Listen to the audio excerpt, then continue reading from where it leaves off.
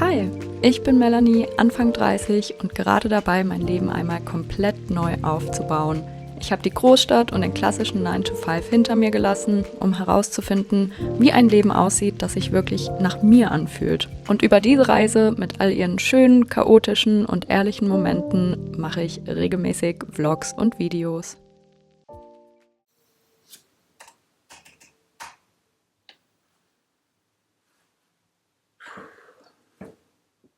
Hallo zusammen. Hallo. Hi. Hi. Hallo. Erstmal, ob es grundsätzlich überhaupt möglich ist, mit Teilzeit und da auch so auf eine gewisse Stundenzahl am Ende zu kommen. Ja, also da muss ich auf jeden Fall noch mit meinem Kollegen reden, der ist da, der verwaltet die Projekte und der hat da so ein bisschen einen Überblick, ob das halt grundsätzlich gerade möglich ist. Aber ich werde es auf jeden Fall weitergeben und dann würde ich mich nochmal bei dir explizit melden. Ich hatte jetzt gerade einen Zoom-Call. Da ging es um einen Job, bei dem ich mich beworben habe, bei so einer Eventagentur. Ich habe ja auch früher schon öfter bei Events und so gearbeitet, da eben immer als kurzfristige Beschäftigung. Dann war das jetzt gerade ein Call mit so um die 20 Bewerbenden, wo sich jetzt erstmal jeder kurz vorgestellt hat. Am Anfang des Meetings wurde schon gesagt, dass die auch primär Kurzarbeitsverträge machen. Ich habe dann halt direkt dazu gesagt, dass ich eine Teilzeitbeschäftigung suche, dass ich ein sozialversicherungspflichtiges Anstellungsverhältnis brauche. Sie hat sich das alles notiert und meine Vorerfahrungen, die ich bisher habe und alles und muss das jetzt nochmal mit einem Kollegen absprechen und wird sich dann die Tage telefonisch bei mir melden. Ich werde mich demnächst nochmal mit Michi jetzt kurz treffen. Wahrscheinlich das letzte Mal, bevor sie dann wieder zurück nach Schottland fliegt, wo ich sie eigentlich auch voll gern mal wieder besuchen würde. Aber naja, das Geld ist knapp. Wir gehen wahrscheinlich einfach nur eine Runde spazieren und ich muss tatsächlich auch noch mein Fahrrad am Bahnhof abholen. Ich muss sagen, erstaunlicherweise geht's mir mental wieder besser, obwohl ich bei dem Creator Collective ja auch irgendwie gar nicht so drauf war, wie ich gerne drauf gewesen wäre. Aber es wurde auch richtig in den Kommentaren gesagt, es ist halt auch normal, dass man manchmal schlechte Phasen hat und schlecht drauf ist. Man muss dafür auch nicht immer eine Erklärung finden oder eine schnelle Lösung. Manchmal muss man es halt einfach aussitzen. Außer natürlich, es ist jetzt eine super lang anhaltende Phase, dann ist das was anderes. Dann sollte man sich da auf jeden Fall auch irgendwie Unterstützung suchen. Aber wenn es jetzt um ein paar Tage geht, dann ist es halt mal so. Und in der Regel weiß man ja auch, es geht wieder vorbei. Cheers.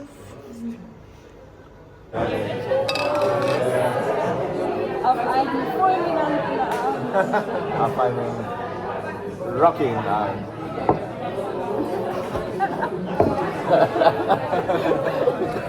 Ja, Mann.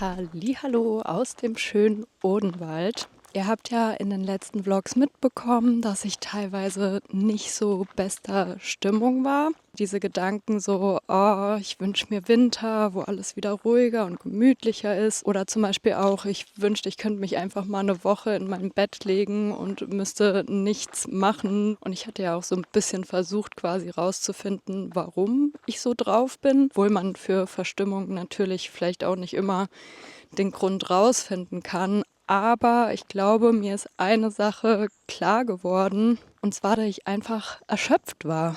Und ich glaube, das ist einfach was ich lange nicht erkannt habe, weil ich mich dann eben gefragt habe, so, ja, aber wovon bist du denn bitte erschöpft?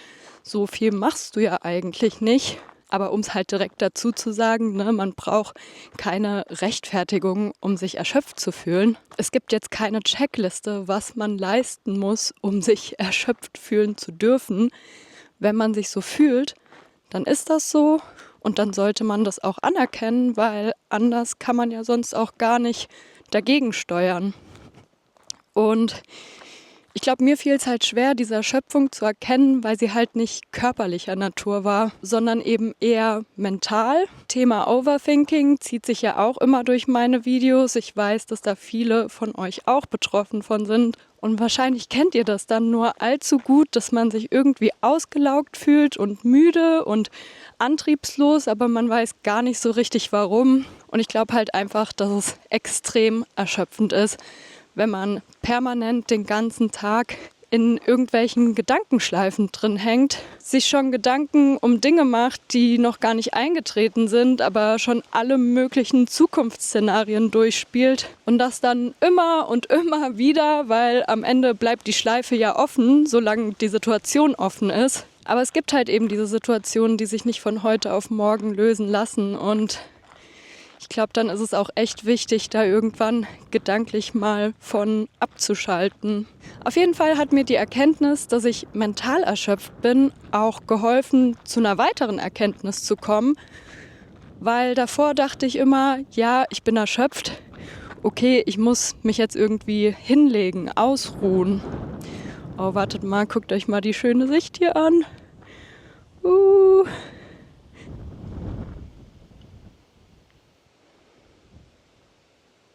Auf jeden Fall war meine Schlussfolgerung, ich bin erschöpft, also brauche ich Ruhe. Also sollte ich mich irgendwie auf die Couch legen und nichts tun. Aber was ich dann gemerkt habe, ist, zumindest für mich, ist diese Art der Erholung nicht entlastend.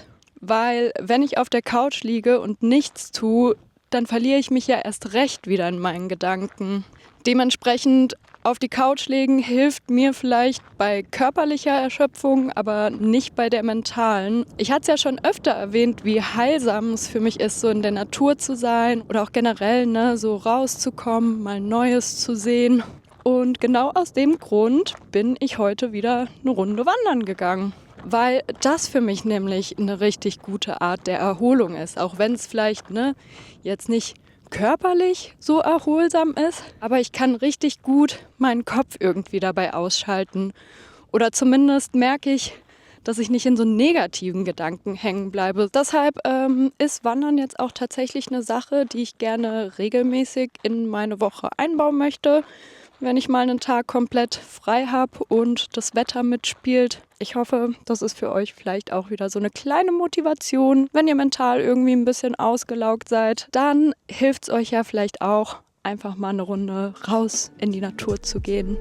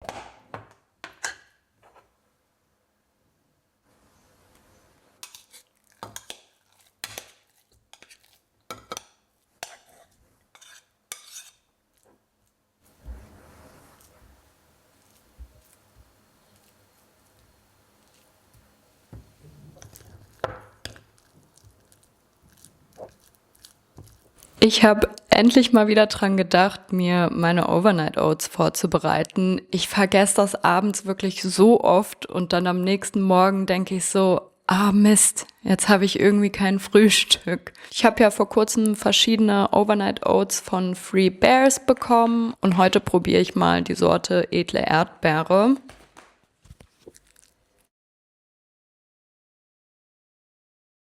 Ich habe noch nicht alle Geschmacksrichtungen ausprobiert, aber ich würde sagen, bisher schmeckt die mir am besten. Auf der Free Bears Website ist auch noch bis zum 26.07. Sommersale, wo es bis zu 30% gibt und nochmal zusätzlich die regulären 12%, die ihr mit meinem Code MelanieW12 sowieso schon bekommt. Code und Link findet ihr wie immer in der Infobox. Ich werde jetzt in Ruhe meine Oats essen und danach fahre ich nach Darmstadt, um mal wieder Plasmaspenden zu gehen. Jetzt die ganze Zeit, wo es so heiß war, hatte ich es nicht gemacht, weil ich mir nicht sicher war, wie gut das für den Kreislauf ist. Aber jetzt, wo die Temperaturen wieder super angenehm sind, dachte ich, wird's mal wieder Zeit. Ich hatte ja vor ein paar Tagen diesen Zoom-Call mit so einer Eventagentur, wo noch nicht klar war, ob Teilzeitanstellung möglich ist. Ich habe die Rückmeldung bekommen und es ist aktuell leider nicht möglich. Ist okay, ich denke mir dann nur so, dann schreibt's doch vielleicht nicht explizit in die Stellenbeschreibung rein. Aber gut, ich habe dann auch nochmal bei einer anderen Eventagentur angefragt, über die ich tatsächlich in der Vergangenheit auch schon öfter kurzfristige Jobs gemacht habe. Und da hatte ich nämlich gesehen, dass die auch eine Festanstellungsoption anbieten. Da hatte ich gestern, bevor ich wandern gegangen bin, ein kurzes Telefonat.